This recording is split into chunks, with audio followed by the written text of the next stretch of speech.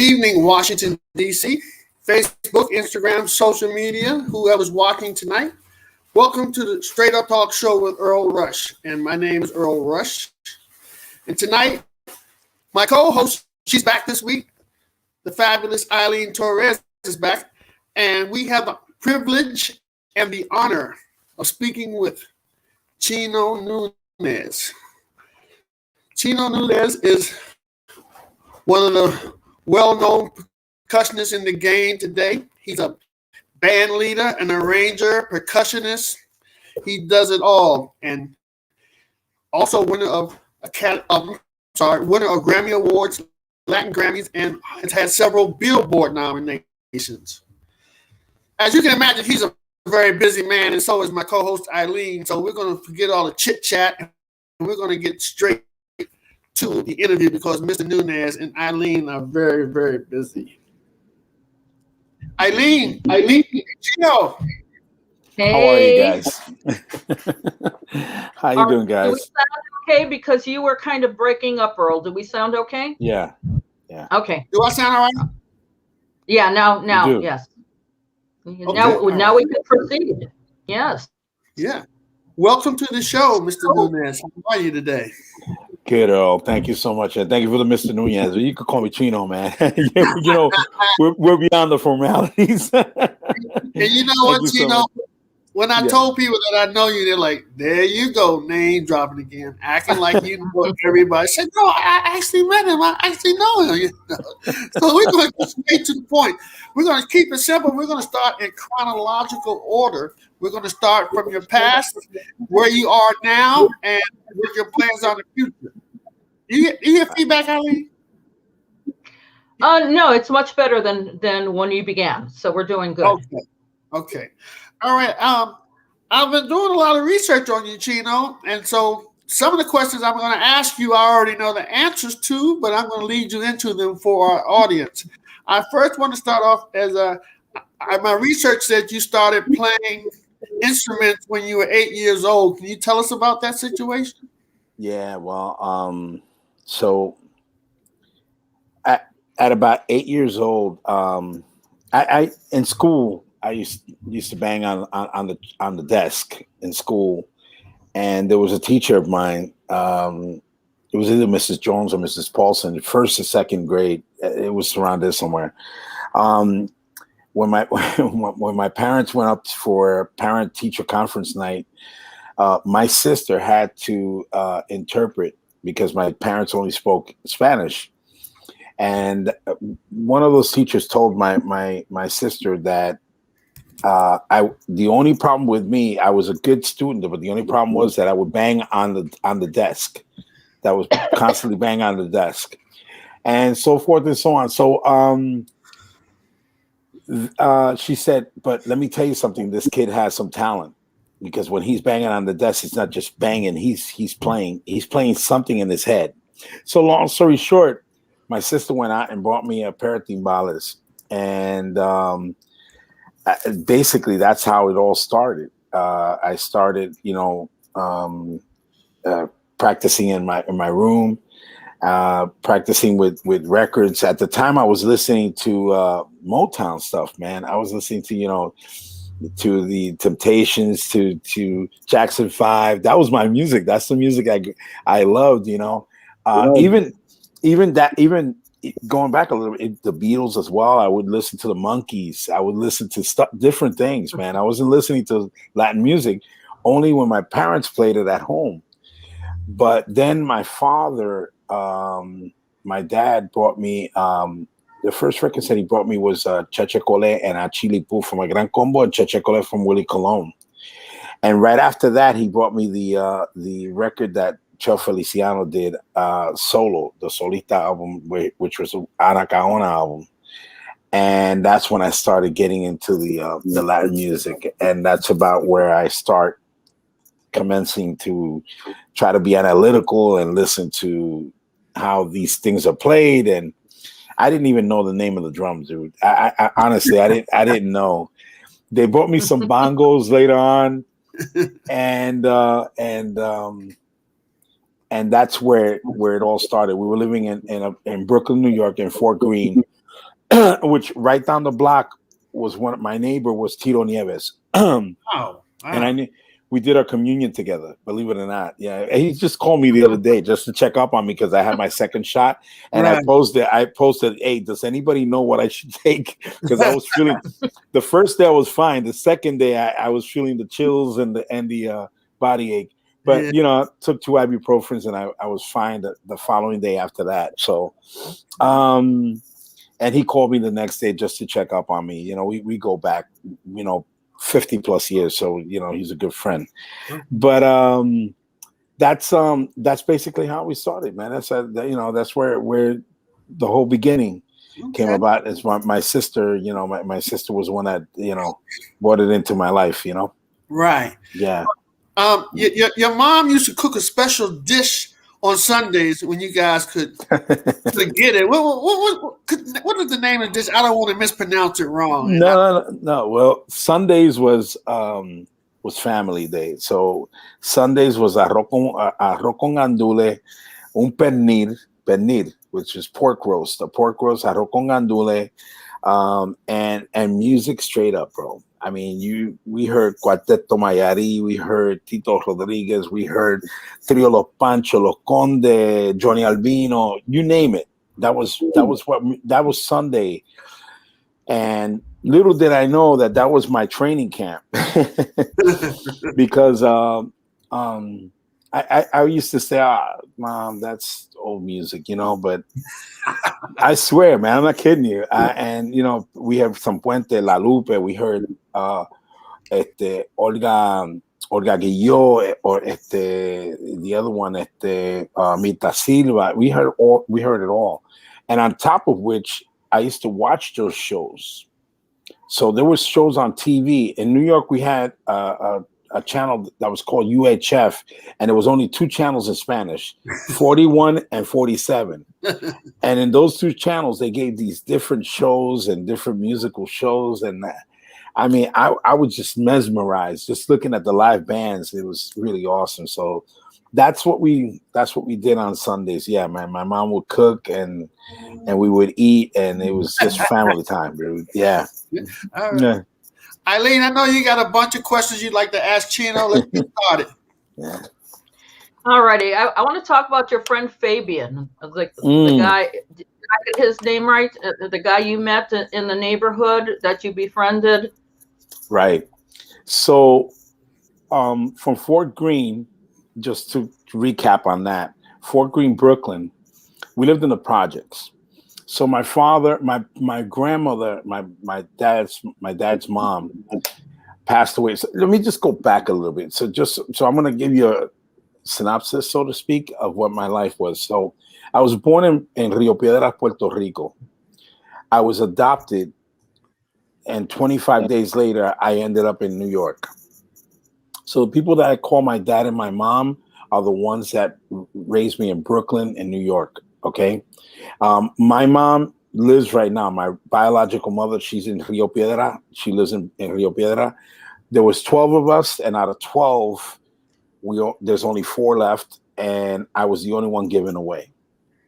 Wow. So it's an interesting story because I feel that it's kind of like the chosen one, but it's not. I don't feel that. I don't feel like I was chosen. I feel like just God had a plan for me, my life, and it's evolving, and it continues to evolve even at my not my age now. It continues to evolve.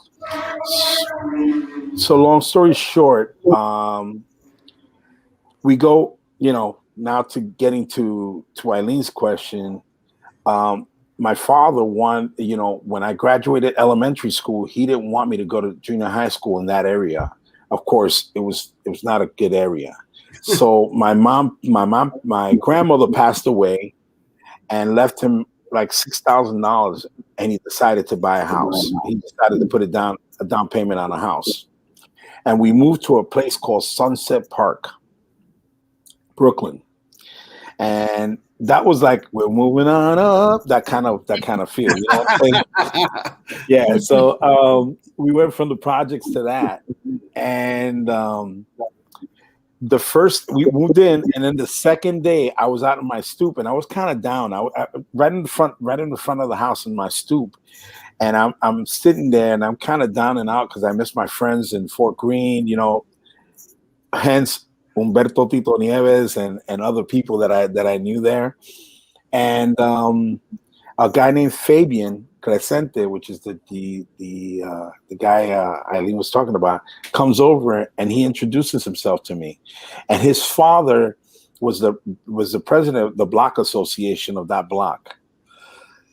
And we used to call his dad Father Knows Best because he was the type, he wasn't like my dad. My dad was militant. My dad was corporal punishment. He was like the guy that would sit you down and give you a lecture for like an hour. And I'd rather take the corporal punishment. It's quick and easy and you're out, but the lectures hurt, but his dad was like really, may he rest in peace. His dad was real, like the Father Knows Best type of person. So Fabian came over and we struck a friendship, and he took me over to his house and he showed me, and he had percussion instruments in his house. He had timbales, he had bongos, and he had congas. And then I said, yo, I got that instrument. I have that at home. And I got that instrument at home. I didn't know the name. Oh, he goes, oh, you got timbales and bongos? I go, yeah, but which one's which?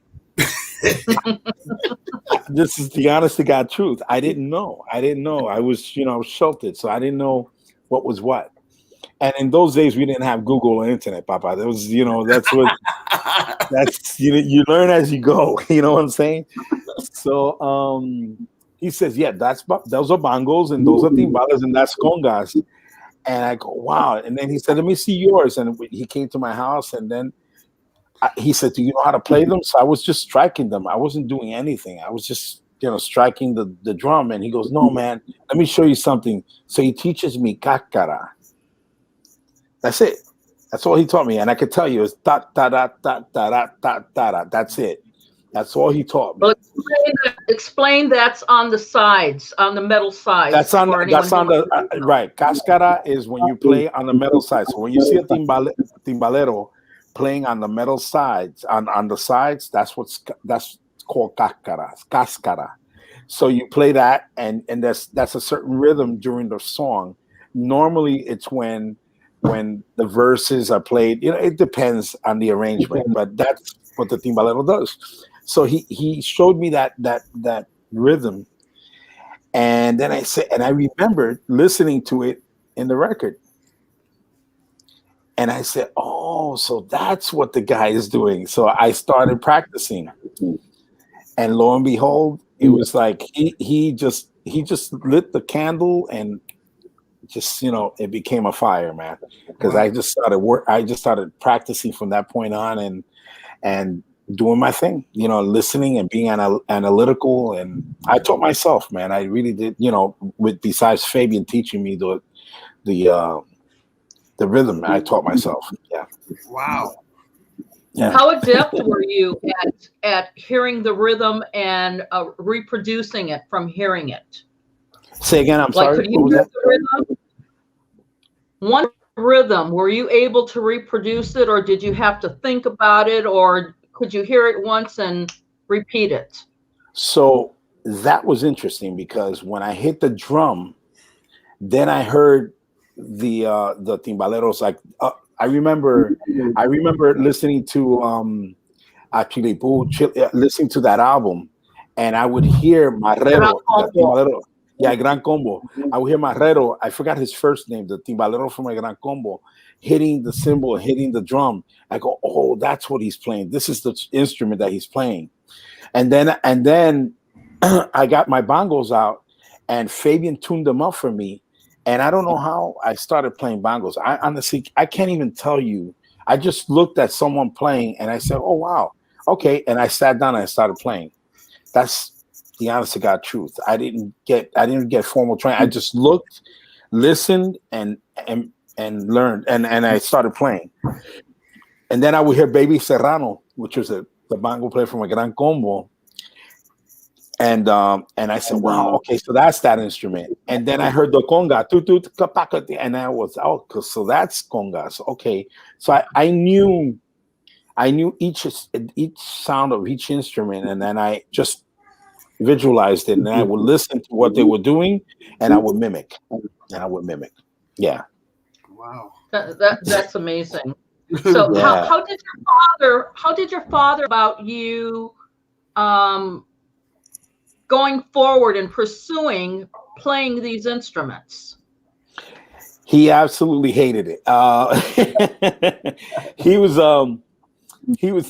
It's not that he hated it. It's just that he knew Felipe Rodriguez. He knew El Trio Los Conde. He knew people in the industry, like he knew of them, and he knew that some of them had some habits that he didn't want me to, go down that route. And so he was like really scared of that. And when we moved to Sunset Park, this is 50th Street between 3rd and 2nd, in that block, I think I told you, Eileen, there was a band that rehearsed there like Tuesdays and Thursdays, every Tuesday and Thursdays. And let me tell you, Earl, they started rehearsal at 8. My bedtime was 9 o'clock tops. Okay. And I would shoot down that block and go to the rehearsal. And then I started playing with this band. I literally started performing with the band, and practicing with the band and all that. And it would be 9:10, 9:15, and all of a sudden my father would show up at the rehearsal. And I'm going to tell you what I was telling Eileen. This is what he would do. That finger was the most powerful finger in the world, okay? Because when I saw that finger do that, I'm telling you, that was the most scariest thing in my life, man. Seriously, that was the scariest thing in my life. Wow. So he would chase me out of that rehearsal, and I would always get punished, dude. I would just always get punished. It was hands down, I would get punished. Yeah. Yeah. So I imagine you playing instruments kept you out of trouble as well, Chino. Oh yeah, I was never. Me and my friend, there was a friend, Fabian, myself, and this kid named Willie. We were really good kids in the block. All we were into was sports. I was into school, sports. I worked at a bakery, and my music. That was it. Right. That's it. Oh, and girls, girls. That was it. So when I became a teenager, that was it. But I was more into that. I didn't get into trouble. I wasn't one of those kids that was never into trouble. I was really into my sports. I really liked baseball a lot. Right. And but I wasn't gonna become a baseball player. My love for music was more intense, Yeah. So that's where it all came about. And one day, I don't, if you want to do a follow up, I'm not sure if you're going to do a follow up, Eileen, with that. Yeah. Yeah, you are. Yeah, okay, I figured that. Yeah. I want to ask you how old you were when you were playing with that local band. So that's about. So I was 8 when I got my timbales, and when we moved, I'm saying right now it's about 11, 12 years old, right there, right in that threshold. Wow. Yeah. And it's an adult band, right? It's an adult band. Yeah. Oh, yes, yes. These guys were all men. It's an 11-year-old kid with men. Yeah. They were all men. And we played at this club. I'll get to that in a bit, but we played at many different venues in the area locally, and we played top 40 stuff at the time, a couple of originals. So I played all instruments in that band. I got to play congas in the band. I got to play bongos in the band. I got to play timbales, and finally, as student timbales, I was there for a bit. The band did some gigs. They did some heavy gigs. They did some really good gigs, and we were, alongside some great artists, like, big name artists. And the band sounded good. It wasn't bad. It was a pretty good band for a local band. It sounded really good. It was a tight group, Okay. Wow. Yeah. Well, then I want you to tell us that fabulous story about you there and the bongo player being interested in his girlfriend. So the local band that I'm talking about, his name was Cesar y la Rítmica. Cesar passed away some years ago, which kind of saddened me. Most of the guys have passed away from that band. They were obviously much older than me, but so we were doing a gig at a place called the Red Plum in Brooklyn. In Brooklyn, right near my house, like literally, it was like 3-4 blocks away from the house. It wasn't that far. So in that club, a lot of main artists played there. And if you speak to your old timers that were around at that time in the 70s and late 70s and late 60s, early 70s, they'll tell you, wow, the Red Plum was a happening place because a lot of artists played there. My Miranda, and on this particular night, I was playing with Cesar and Celia Cruz and Johnny Pacheco. That's 1973. Okay, so I'm 12 now. 1973, and Imai Rivera. Those are the headliners. Imai Rivera, Celia Cruz, and Johnny Pacheco, and Cesar La Rítmica was opening up for the show.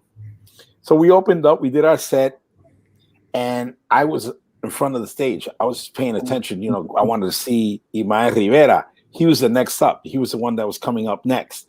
Celia and Johnny were closing the night. Actually, we were closing the night. We're going to do another set at the end after Celia and Johnny. But so Imai Rivera gets on stage, and I'm noticing that he's kind of upset, and he's looking around, and they're waiting for somebody. So I see the timbalero and I see the conguero, but I don't see a bongo player. And I'm like, wow, okay. So my brain is I'm 12 years old, dude. I'm fast thinking, man. You know, I'm thinking quick. You know, I go to the bongo player and I say, hey, can I check out your bongos, man? Can I check out? Oh, yeah. So it's like a don't bother me, kid, get away. You know, that kind of attitude. He's with a girl at the bar.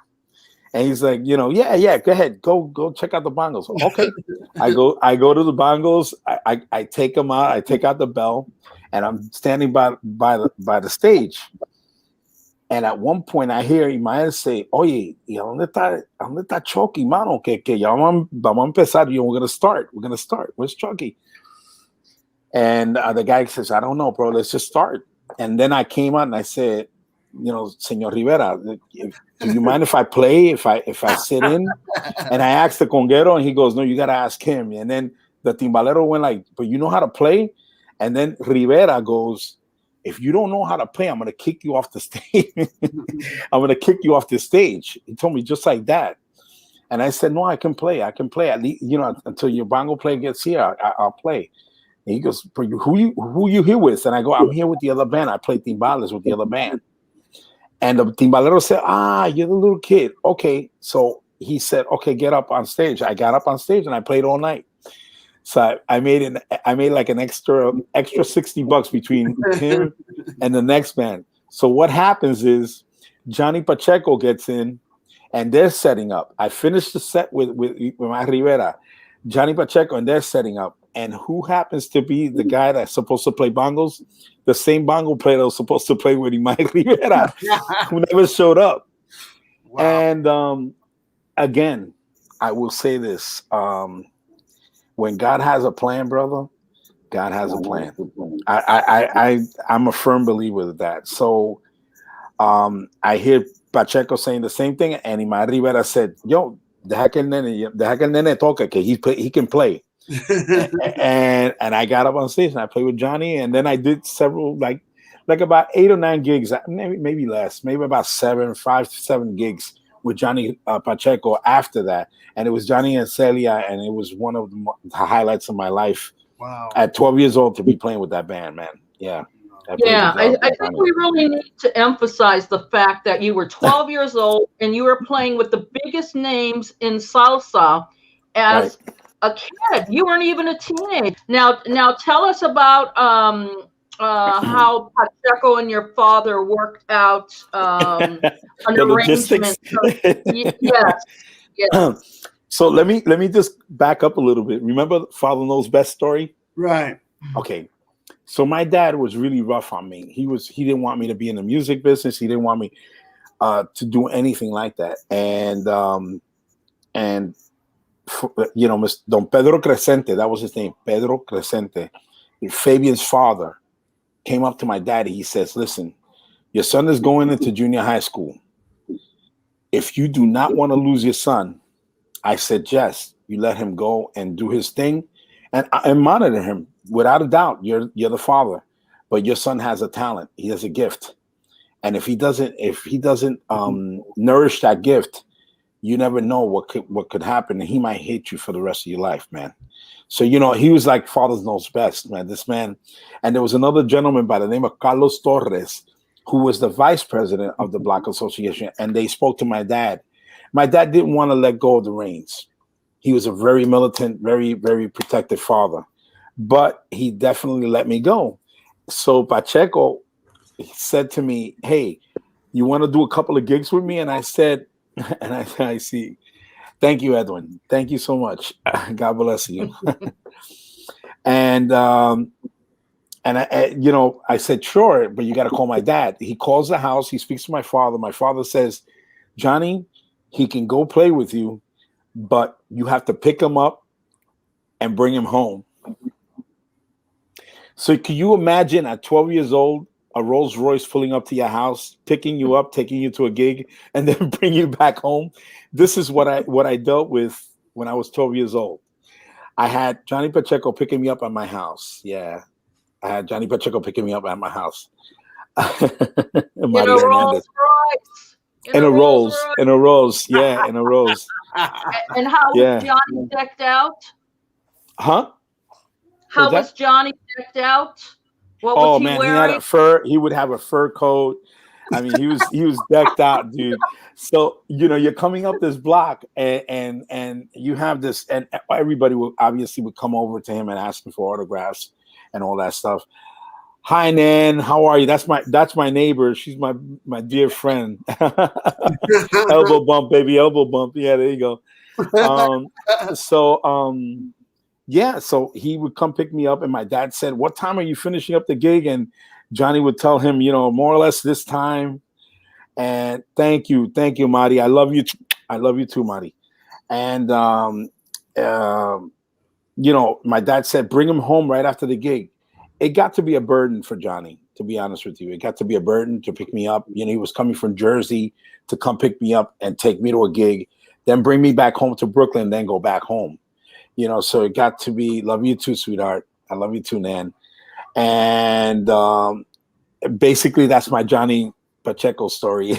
but I was blessed to ride in a Rolls Royce at 12 years old and do some gigs with Johnny and Celia. Wow. And it was I couldn't do no traveling because my dad wouldn't let me. Yeah. So that was going to be a burden also. So, you know, for Johnny. So that was it. And then my career started taking off from that point on. Well, so to speak, a career. I started working with different bands and locally, and you know, the word got out that I was a pretty good musician. Wow, that's great. Well, I've been doing a lot of research on you, Chino, and I had no idea the many stars that you worked with. The famous people that you worked with, performed and recorded with. We have a video here. Eileen asked me to run when you were playing with Hector Lavoe. Oh man, yeah, my friend. Yeah, man. Yeah. And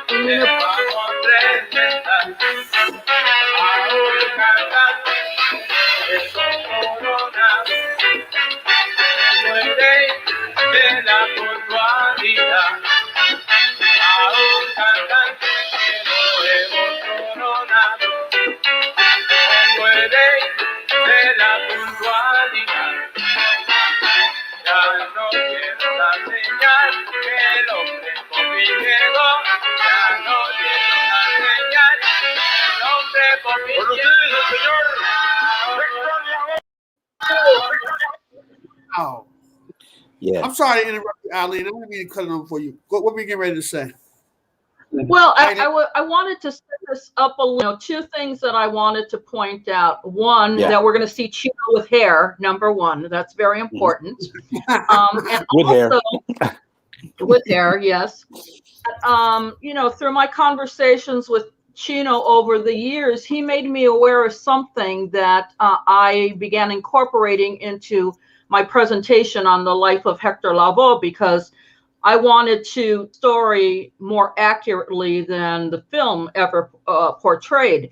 And what he told me about that particular set of gigs, fascinating to me, and I'm just going to leave it right there. Maybe we can play a little bit more of that, and then Chino, you tell us where you were and how long and what the crowd sizes were, because this is mind-blowing. So you want me to say it now? You want me to wait for the video or during the video? How you want Can me you to put on a little video, Earl, or should we just move on? Oh, play the video I just played? Can you play more of that?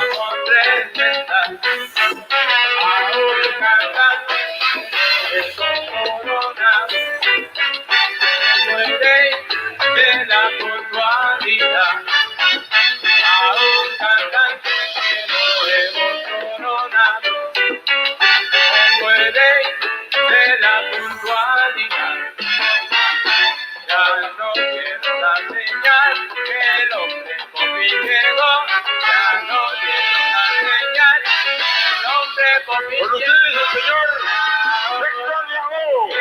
Con ustedes el cantante de los cantantes.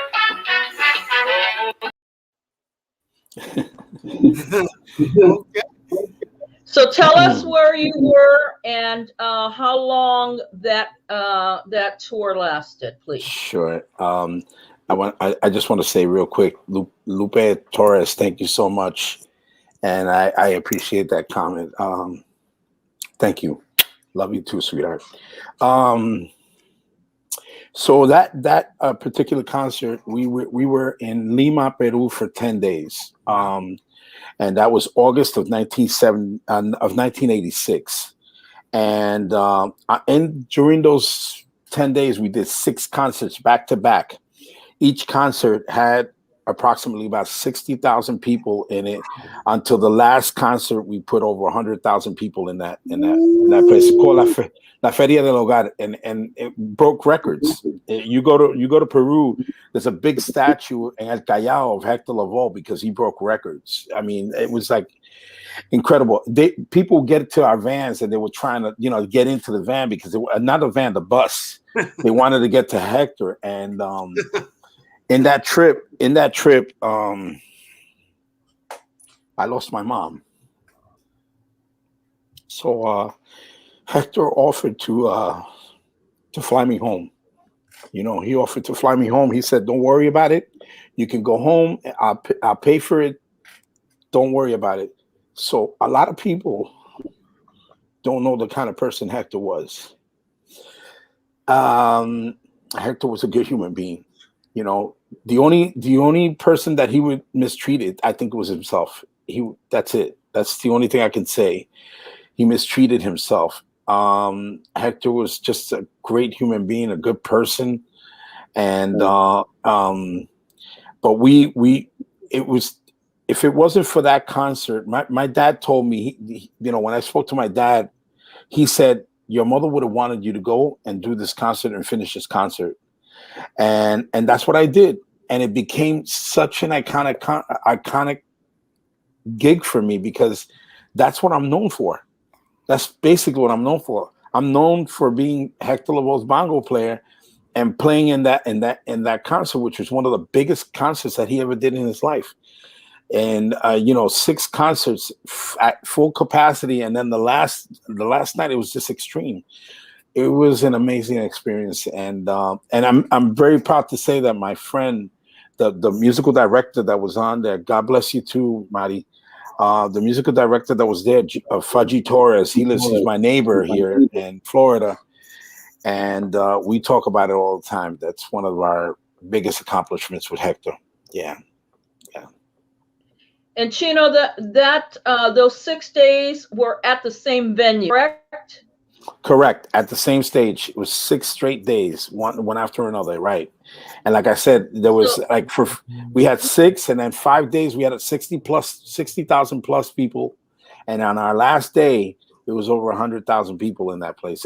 I have a picture of that. That's incredible. You could see that just beyond heads. I mean, it's incredible. Something out of. I would never have thought that I would be in a venue like that in my life.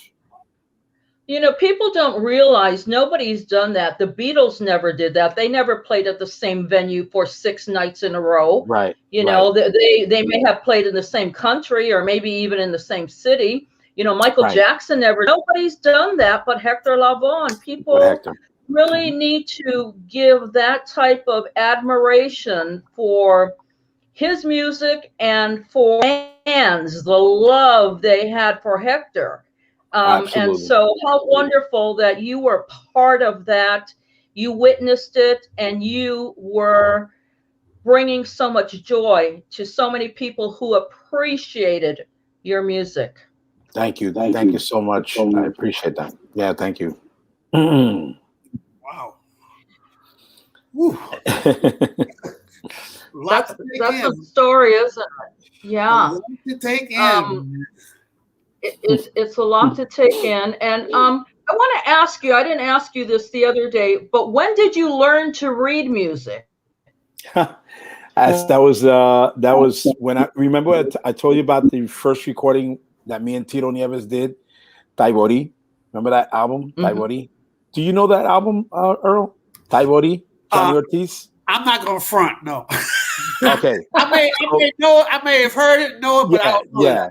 So the first album me and Chino Nunez recorded on was a band called Taibori, Johnny Ortiz y su Taibori. Johnny Ortiz is a composer. He is famous composer for Fania, for big companies back in the 60s, 70s, and 80s and 90s. And Johnny did Catalina Nao, you know that, right? Yeah. Catalina, he's a composer to that. And we recorded an album for Taibori, and Chino Nunez was our lead singer. And anyway, in those days we would do side A, so to speak. You know, it was either side A and side B because it was vinyl. Right. So we did side A, we did 4 tunes, and then we took a hiatus. More or less, it was like in November. The record companies took a hiatus all the way through from Thanksgiving straight through to Christmas, and they wouldn't start till the following year, like in January, mid-January, around there. So when we took the hiatus, Johnny Ortiz came up to me and said, "Hey, listen, for side B, Luis Perico Ortiz is producing."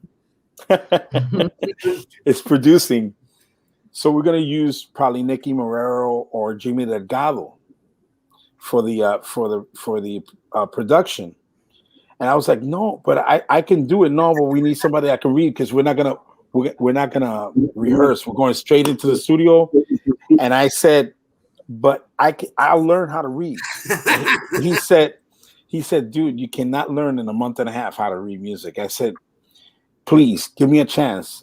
Long story short, I went into my room. I bought this book called Ted Reed, How to Play Timbales, Bongos, and Congas, Rhythmic Patterns of Timbales, Bongos, and Congas. I opened up to page 1, and Saludos Nelson, thank you. God bless you, my brother. And I started teaching myself how to read. What helped me was there was a music teacher by the name of Mr. Gray in elementary school, and he taught me quarter notes and eighth notes. So I remembered that, and that's what I based everything on. And I said, okay, so if I do this and I take one note off, that's a rest. Oh, okay, bop, bop, bop, bop. And that's how I taught myself how to read. And hence, I went to the studio. And Perico counted the tune off, and it was a bomba. It was a tune called El Bembe de Pepin. And I was like, man, bomba, and I had to really think about the reading part because I was only practicing a certain rhythm pattern. So, but when I started playing, I was doing all the breaks, and he looked over and he told Johnny, "Let the kid play, man. Let the kid record." And that's exactly how I got in the whole album and finished recording the album. I taught myself how to read, so just like everything else. You know, the reason I asked is because I remember at Albert Torres's salsa music week-long workshop. Right, the seminar. And I do want to talk about that, but I remember Oscar Hernandez gave me permission to float from classroom to classroom to observe. And I remember you telling your students, if you can count, you can read music. Exactly. I did say that. You're right. Yeah. If you can count, you can read. Yeah. If you can count 1, 2, 3, 4, you can read.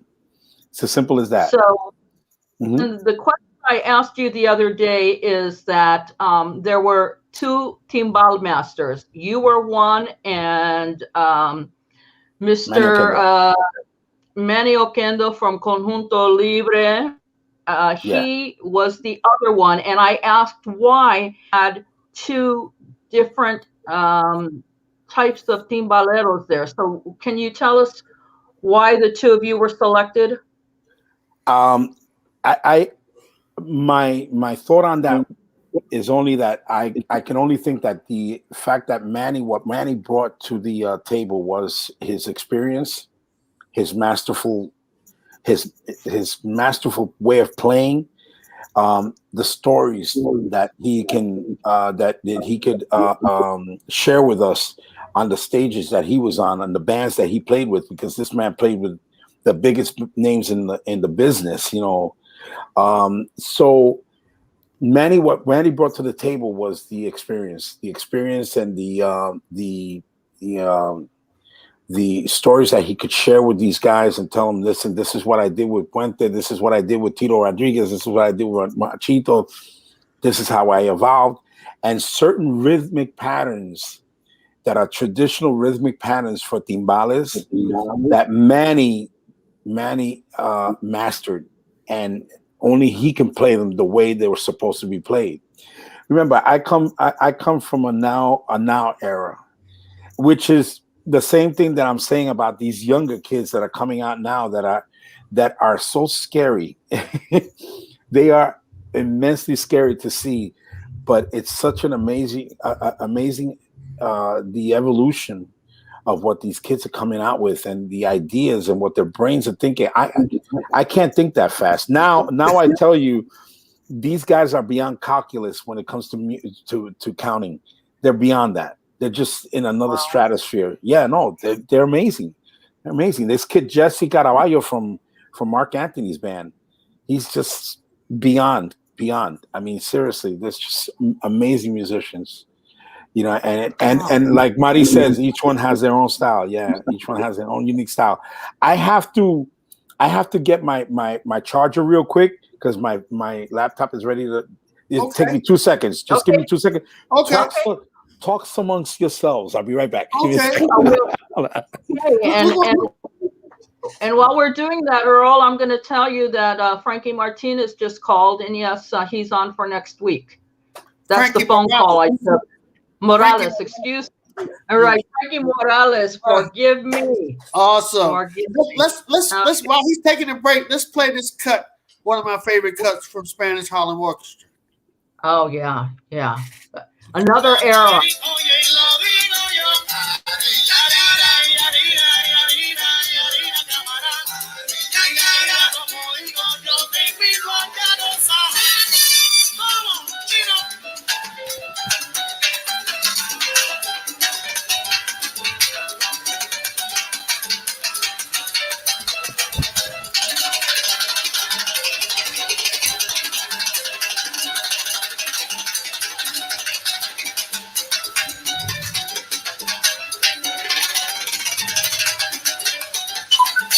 Turn left on 2nd Street Northwest.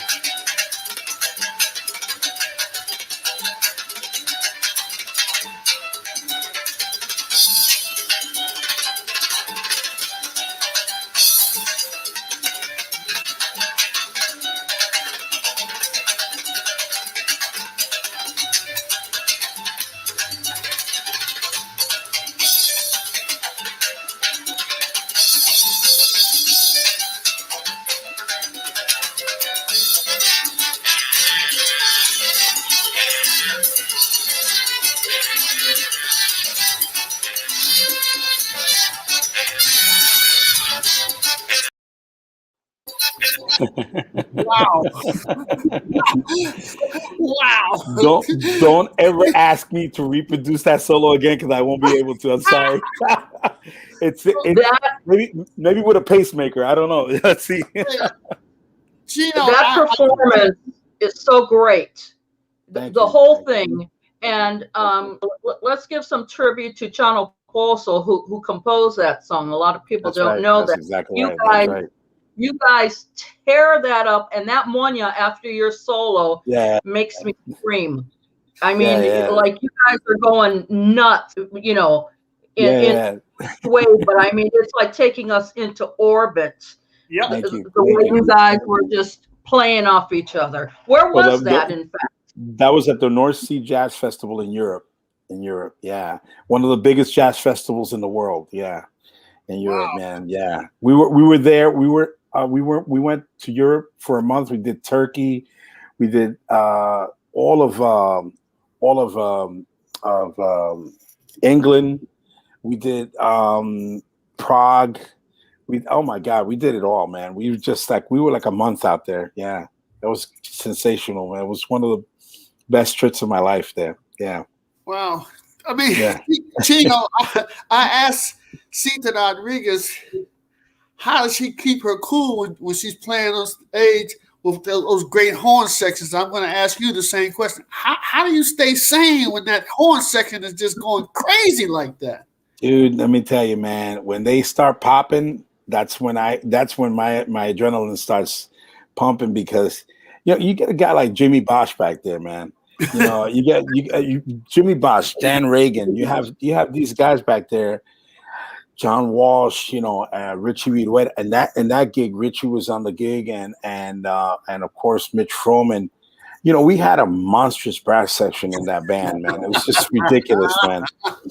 And the thing was we were playing so much that now it was just like second nature to us, man. We already knew what was coming, But every single time, and especially in a venue like that, you see all those people that are there. We had about 2,000, 3,000 people in that room, because there's different rooms, but that's the main stage. And I tell you, man, that was amazing. And then Spanish Harlem did we did the Montreal Jazz Festival. We had 250,000 people in that. Yeah, we had 250,000 people, man, that we played for. And that was another amazing show. And that was another big venue, another big arena that we, stage that we did. So it's amazing. Spanish Harlem was no joke. They're still one of the top bands in my book, man. One of the top orchestras in my book. Yeah. Well, and that's how I first met you. I remember you coming off the bus. We brought you to VIP Club. That was a club with 4 floors, a basement, because that had the permanent stage. And they said, well, who do you want to bring? I said, Spanish Harlem Orchestra. And they're like, Well, anyway, once we brought you, that was not the first or the last time we brought you. We brought you several times. But I want you to tell us about how you were incorporated into the band and what your experience was like with them. So in 2000, I got a call from Oscar. Now, I got to say it this way, because I really got to say it. I have to say it the way it is. I don't think I was the first call. But I think I was the second or third. And I think I was obviously the second call for the band. And I think it was Frankie that really, really put the Frankie Vasquez was like, no, call Chino. So Oscar calls me and he says, hey, listen, we got a recording session. Come down, it's usual stuff, man. I get called for sessions all the time. I was in the studio most of the time in my life. So I go down, I get there, I see Herman Olivera, I see Rey de la Paz, I see Frankie Vasquez, I see Jimmy Sabater, I see Raúl Agras, I see Ozzy Melendez, I see a whole bunch of cats. And I'm saying, damn, this is It's gonna be an awesome recording. Ruben Rodriguez on bass, Bobby Allende on congas, George Delgado. I was like, wow, this is gonna be something nice. So we start recording. We do Llegó la Banda. We do all these tunes, you know, Mama Abuela, all these tunes, and it didn't occur to me to ask any questions. All I wanted to know was who's paying. That's all I wanted to know. So who's paying? So they introduced me to Aaron Levinson, who was the creator of the band and of the name Spanish Harlem Orchestra. Aaron Levinson. And thank you, Mari. And you know, we did 2 sessions. We did 1 session, then we did the second session, and the second session, Oscar said at that session, the first session, he said, tomorrow, come dressed because we're gonna go take some pictures. I said, I'm not gonna go take pictures, man. I just want to get paid. That's all I want to do. Get paid. So, but I ended up going because we were having so much fun recording this stuff that I said, man, this is really nice. And then I wanted to hang out with the guys, you know, Bobby, obviously, and George Delgado. We all went to take pictures. And that's when the famous pictures with the lady from the IC truck, you know, the IC thing. She had no clue. She was in one of the most famous albums in the music business. So she was there. And then we did the stoop. And that's called Un Gran Día en el Barrio, you know, that album. And with the Puerto Rican flag on it, and that album was just shelved because it was supposed to come out on Atlantic Records. So 2000 came and went, and nothing happened. And 2001 came around, 9/11 came around. I was going through a really bad divorce. I ended up homeless in a car for a couple of weeks. Wow. Yeah, and I was going through a really bad time. I had to claim bankruptcy, the whole 9 yards. Went through some really, really dark times in my life in that car, and nothing. I got a job with a company called T.W. Smith, and you know, and I got a shout out to Marjana, who was my boss then, because if it wasn't for her, we wouldn't be talking about Spanish Harlem right now. At least with me not in it. You know what I'm saying? Right. So I was working. I got this job, and it was paying me, you know, $25,000 a year. It was really paying much, and in New York, that's nothing, if you know what I mean. So, but I needed to make money and live because I had to do it. So Oscar calls me out of the blue one day, and this is already like 2002 now. Late 2001, it should have been 2002. So he calls me and he says, hey, I have about 40 or 50 gigs on the books. I got an itinerary. I'm going to fax it to you. Can I fax this to you? And I said, listen, Oscar, I was like adamant. I don't think I could do this, bro. I have a job. I wasn't going to take a chance. I didn't want to be in the street again, you know? So he says, you might want to check this out, bro. They pay $400 a pop. Wow. Okay. I said, okay, Oscar, fax it to me. I gave him the fax number. He faxes it to the office. I go to the fax machine, pick it up. I put it on my desk. That's all I did. I put it on my desk. My supervisor, Marjana, comes over and she's passing by and she looks at my desk and she's kind of nosy. She picks it up. She goes, what's this? Because I was collecting money for this company. I was a collector for a gas company. They dealt with acetylene and oxygen and all that type of stuff for, you know. So she goes, what's this? She thought it was like some kind of list that I had to make phone calls for client, you know, for people that didn't pay their bills. And I said, no, that's somebody, a friend of mine just faxed that over to me. He goes, oh my God, what's this? Europe? What's this? You know, California, Chicago. What's this? Prague. What's this? You know, she's talking Prague. She was Polish. So she says, oh my God, Prague. You know, so she says to me, what is this? And I go, that's the band I was telling you about that I recorded with, that, you know, that's where they're going to. They're you know, this is supposedly an itinerary for this year. And she says, "What the heck are you doing here?" Just like that, Earl. I told Eileen the story. And she says, "What are you doing here? That's what you need to be doing, not this. This isn't, you know." And I said, "Listen, Marjana, I can't leave this job. If I leave this job and that doesn't work for me, and I've been in this business a long time, I'm gonna be in the street. I'll be in worse shape than when I." And then I told her what happened. She didn't know that I was homeless. And she told me, she says, "Why didn't you tell me? I would have opened up the gate. You could have parked your car in the back." Because I was in my car when I was homeless. I had no insurance. My car could have been taken with me in it by the marshals, you know. So, long story short, she says, "Pablo, get up, take your stuff, and God is great, Lupe. That's right. And get your stuff and do these gigs." So I called Oscar and I said, "I'm in." And hence history.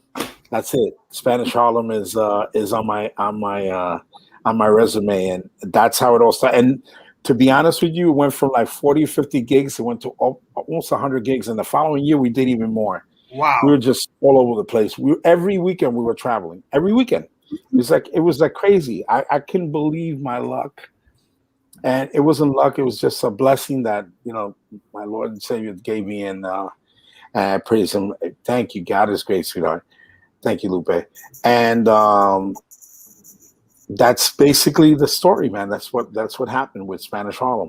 And, you know, we had a great time with that band, man. I know I did. Wow.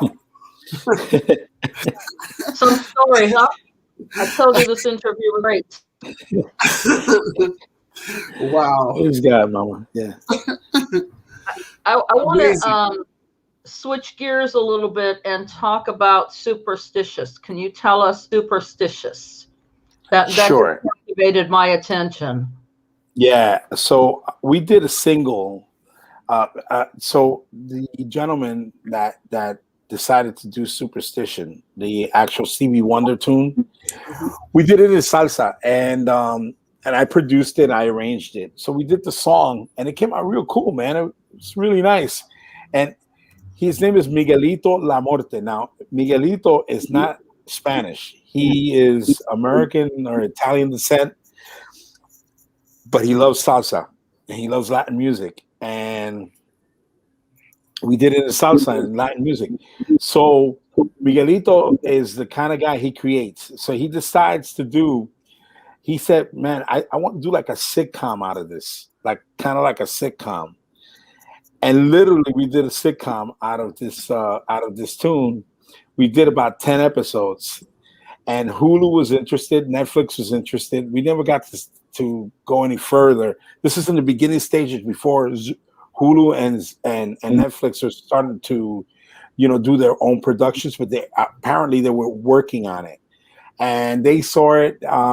Nothing really evolved from it, but yes, that's where Superstitious came out of, and we did some nice takes, man. It was funny, and we got a whole bunch of local actors, and we incorporated the song in there, and did a whole bunch of stuff, man. It was real cool. I think it was nice. I thought it would have had a shot at getting an Emmy, but then again, Hey, one never knows what happens in life. Someone may discover it and decide to you know, run with it and bring it to life. Amen to that. That's right. Exactly. Yeah. That's right. Yeah, we never know. You know, tell me what it felt like to play at Carnegie Hall for the first time. The first time. Wow. I got to tell you, Eileen, when I walked in there, I remember that when I got there, you know how they say practice, and you get to Carnegie Hall. You know, that's that old cliche. So I practiced all my life. Practiced in my basement for 6, 7, 8, 9 hours. My best friend could tell you, you know, I was in my basement more than I was outside. That's what I was doing, was practicing. So when I get to Carnegie and I'm playing for the first time, I just looked at that room and I said, I actually made it.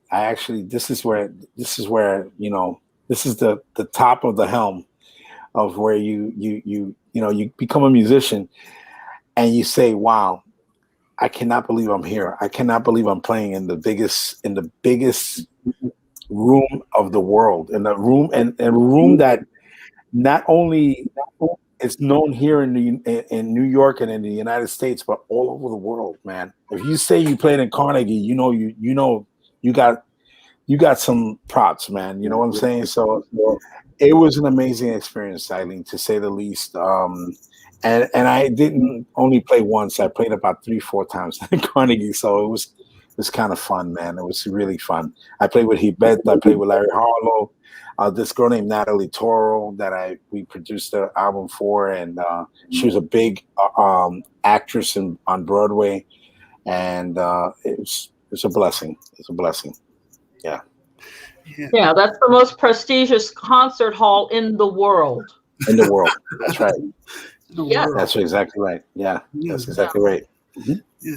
I know, Chino, earlier you had mentioned that you would listen to all genres, all types of genres of music. Right. I wanted to ask you, I saw on the list of people that you have performed and recorded with, my question is, how did it come about that you did some work with Cyndi Lauper and Missy Elliott? Yeah, Missy was we were doing she was doing a recording, and I don't remember the album, man, honestly, because I recorded so many different things, and she needed some Latin percussion on it, and that's how I got in with Missy. I did a couple of shows with her, with Missy Elliott. That was in the beginning, way in the beginning. Okay. And so I did in the beginning of her career, I'm saying. So I did that with Missy Elliott. Cyndi Lauper, I don't know if you remember, she did kind of like a Spanish album. Do you remember that? She did kind of like a Spanish album. And I want to say it was like in the 90s, early 90s. So we did the Today Show on NBC. I saw that.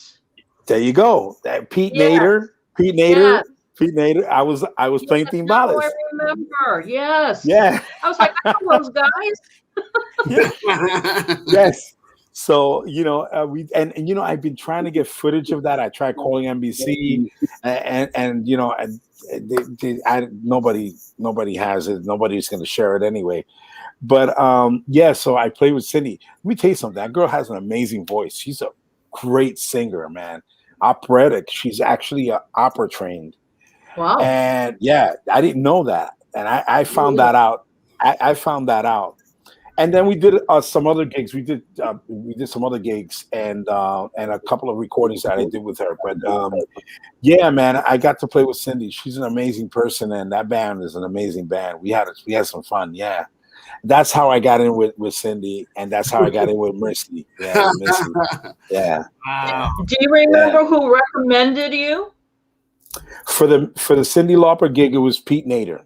Pete Nader was one that got me in. Yeah, he was the coordinator for calling musicians, and that's how I got in. He called me in, and that's how I got the gig. Yeah. And Missy Elliott, who recommended you? That was a gig that I was at. And excuse me, her drummer at the time, oh my God, and I forget his name, Akeem. Oh my God, it was a well-known drummer, a studio drummer. He saw me playing with other bands, and he told Missy, he says we could use him because he plays all percussion. He plays all types of percussion, and then. They came up to me. She came up to me. Her manager came up to me, and they said, "Hey, can you be at the Hit Factory tomorrow?" And I said, "Sure." And what's it paying?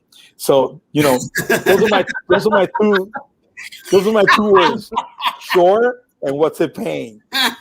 This is the business I'm in, dude. This is the business I'm in. But let me tell you, we paid well. And so that's how I got in with Missy Elliott. It was. My God, I forget his first and last name, but I know it's Akeem. Great drummer, one of the studio drummers in New York, and that's how I get it. That's how I get in with Missy. Yeah. Yeah. Mhm. So let me Well, ask so you. you're- Yeah, I'm sorry. Okay, Chino, Go ahead, you Earl. you play a lot of music that makes people dance, and I always ask all the our guests that come on the show, do you dance salsa? Oh man, you know, my wife dances. Eileen knows Elaine. They go back. You know, my wife dances her thing. She does her thing. She takes me out to dance. I know basics. I know Susie Q, and I know a couple of moves here and there. But that's about where I go, man. My thing is more playing than anything, and I sometimes feel bad because my wife wants to dance, and I'm like, oh man, okay, let me. And I get up and I dance with her but yeah, I dance a little, and I'm not as great as Eileen and my wife Elaine and all that. Oh yes, Mari, and you know, but I dance. I dance on stage. If you see me, I dance on stage. We do like gimmicks. Me and Bobby Allende used to do a gimmick with one of the tunes of a Spanish Harlem. Uh-huh. But we do we do some choreography, but that's about it, man. Yeah. That's the extent of my dancing. I definitely got to get some lessons. So maybe Eileen, I might take a trip over there, and we can definitely do some student teaching. I'll teach you percussion. one, You two, teach me that three. dance. Yeah, right now. Right. Yeah. So this is something I always ask the artist. Are there goals not achieved that you are still striving for? I can say yes. Many. One being reaching as many people as I can and telling them that I love them by music. The other is teaching these young guys as much as I can teach them, not how to play, but the experiences that I've had, which is I go back to what Manny, when Manny came down to that musician seminar, the experiences that he had and that he went through, to the mentoring all of us. That's what that's my goal in life, is to mentor, and it's, you know, it's not to say that I don't have the ability to teach someone something that they might want to learn.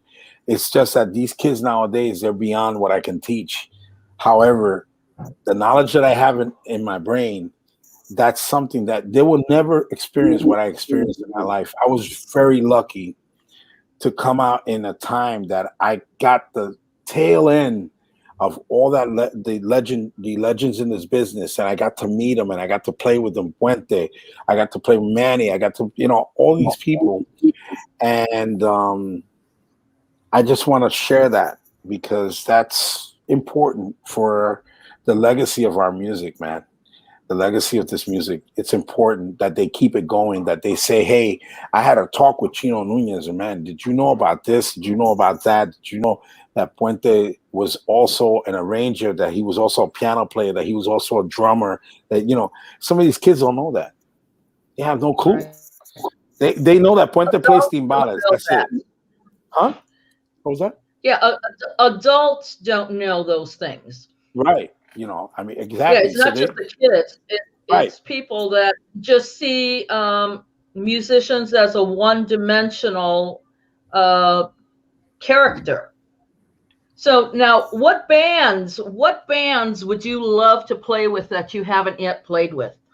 Yeah, we spoke about that the other day. So in Puerto Rico, obviously, the bands that I haven't played with, I got on stage with a Gran Combo, and I played with a Gran Combo, and that was an amazing experience. But I haven't played with Boy Valentin. I haven't played with Sonora Ponceña.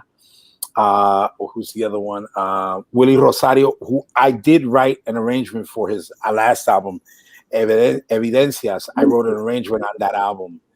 And I got to play with La Puertorriqueña, and I've written on all his productions, last three productions. So I've been blessed with that.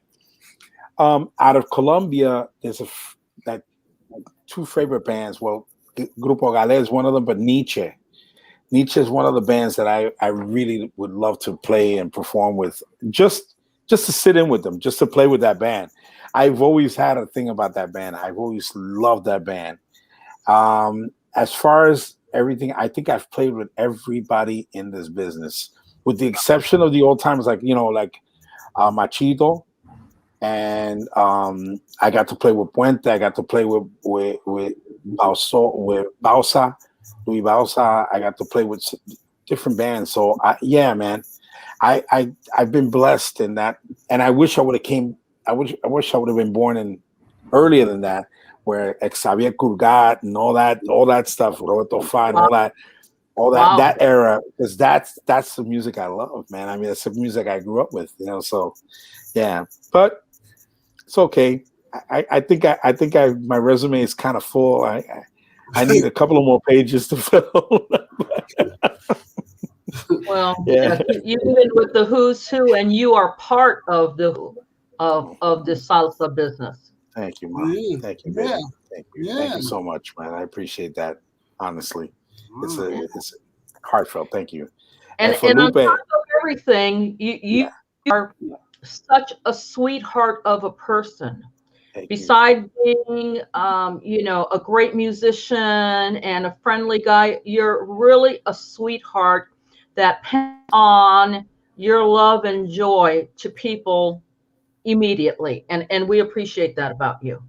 Thank you, Eileen. And I appreciate that about you guys. And I appreciate this forum for us for guys like me, to share our stories, and which is exactly what I'm getting at. I want to share and mentor. Hopefully there's somebody out there that I touched, but not only musically, but spiritually as well. And I wanted to say to Lupe Torres, I agree. I definitely have to work on that bio. I got to work on that. Yeah. But it's something that, that I love doing. I love sharing. I love, paying it forward, man. I mean, this gift was given to me. It's a gift. And as musicians, we nurture this gift. We take it to whatever levels we got, as personally, but we also have to share it and pay it forward, because it's not ours to keep. It's not ours to keep. It's ours to share. And that's what I want to do. I want to share that gift to all, whether you're a musician or not. I'm here. I'm an open book, and here I am. And that's what I offer you. Yeah. Mm-hmm. I think most people don't realize how much time and effort a musician puts to perfecting their craft. Earl and I talk about this a lot. People, take a few dance lessons and all of a sudden they're dancing, or people pick up a few CDs or download some music and they're DJs. Nobody picks up an instrument and becomes a musician, after 6 lessons. It just doesn't. You guys are the real deal. And thank you. I how much I appreciate that you guys love the music so much that you would spend the time in your basement rather than being outside playing with your friends, so that we could be happy and joyful over and over and over every time. Favorite song. I truly, first of all, I appreciate that sentiment. And we were talking a couple of days ago when I was telling you that when I teach a class, what I tell them, I ask them the questions, what brought you here? What, and they always say music, I want to learn music. And I say, no, man, what brought you here? It's higher than that. I believe that musicians are we are, let me just categorize it this way. I don't know how many times I've been on the stage and I've performed, and at whatever venue I've been at, and maybe some person out there was hurting because they lost a loved one, was hurting because they have a disease that might be terminal to them. And for maybe for an hour or two, I put a smile on their face. As a musician, and as an orchestra, we put a smile on their face. Could you imagine the amount of people that we've done that to over the years? And I got 47 in this business, 47 years in this business. Can you imagine how many people I've done that to? I got a letter from one guy, and I remember Elaine was one that wrote it to me, a guy that was in Iraq. And he said, what gets me by is he was on a tour of Iraq. He says, what gets me by every day is listening to your music, Chino.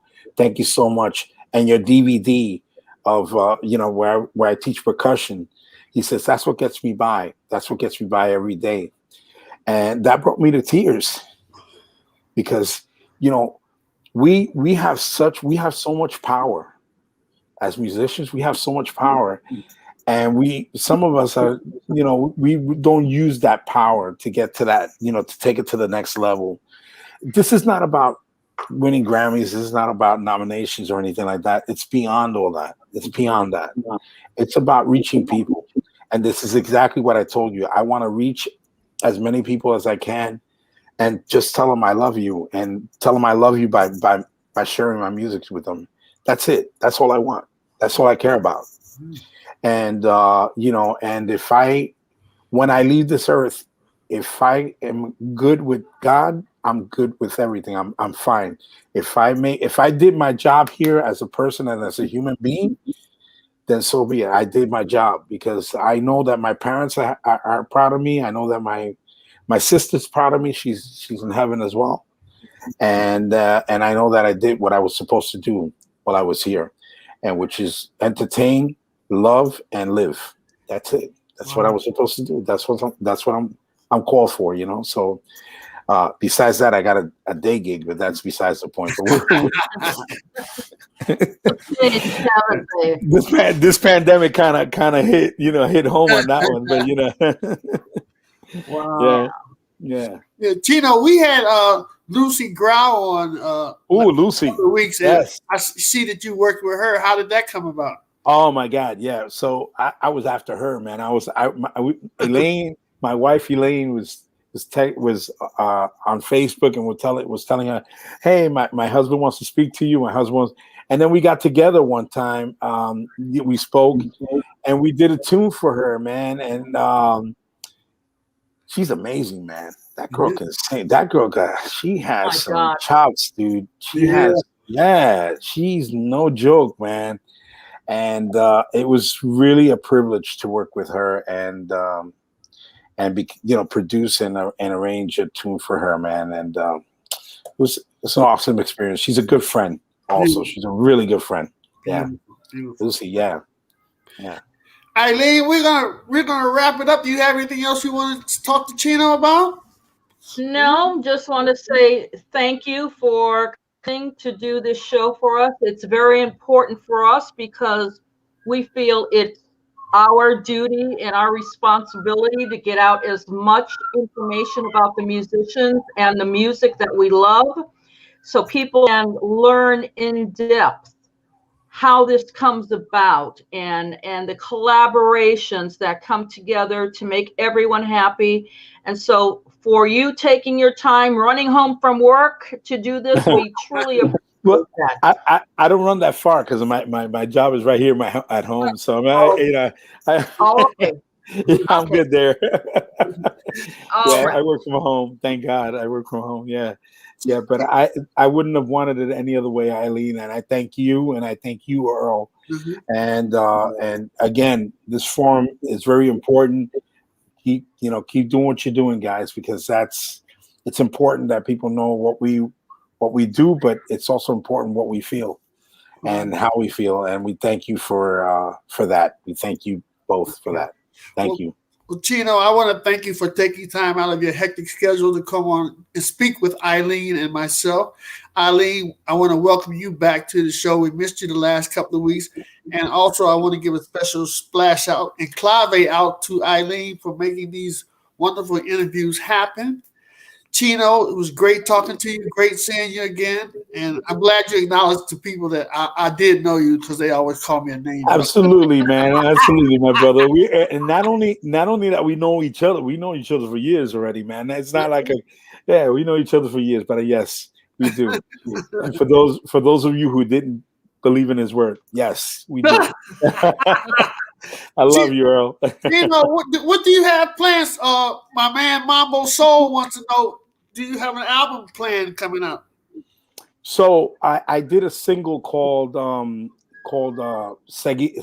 Guarachando, and it just came out about a month and a half ago. It's a single. Okay. And I big band. I did a whole big band, 4 trumpets, 4 trombones, 5 saxes, the whole 9 yards. That's the way. It's on iTunes. It's called Chino Nunez y su Andón, and it's called Seguimos Guarachando. And I'm going to be doing a couple of more, probably about 2 or 3 more singles like that. Big band. I'm probably going to do a little more Christian bass tune, and then some more world tune, and obviously a Latin jazz tune. Beautiful. Yeah. So I got some stuff happening. I also have producing the kid that sang, not the kid, he's already but the guy that sang on Seguimos Guarachando, his name is Héctor Luis Pagan. He used to sing with Conjunto Clásico. So he is doing a production as well, and I'm producing it, and that's coming out soon. Armando Vega, another production that I did, he's coming out soon. So there's stuff coming out. If look me up on Facebook, I'll be putting it out now, and I'll let everybody know as it comes out. And look forward to all that. When is your next album coming out? Yeah. So Sean, at this point we're gonna do singles right now. But okay, there it goes. He just put it. William Sanchez just gave you the link. That's the link, guys, and Seguimos Guarachando. And at this point, we're doing singles right now, but hopefully an album in 2022. Yeah. And I might have hair. Hey, and maybe when this COVID is over, when it gets over, if ever, or when it's safe to go out. Maybe Eileen and I can have an event here in DC and bring you in some of brother. That would be awesome. That would be awesome. I love DC. I used to. I always look forward to going to your venue, Eileen. So yes, absolutely. Whatever you guys decide, man. I'm here. I'm with you guys, 100%. Beautiful. All right, we're gonna wrap it up, Chino. You got it, brother. Thank you so much, Chino. Thank you so much for coming on. It meant a lot to me. I hope you have a very blessed and productive evening, and look forward to seeing you soon. God willing, man. Take care. I love you both. God bless you. All right. Take care. Bye-bye.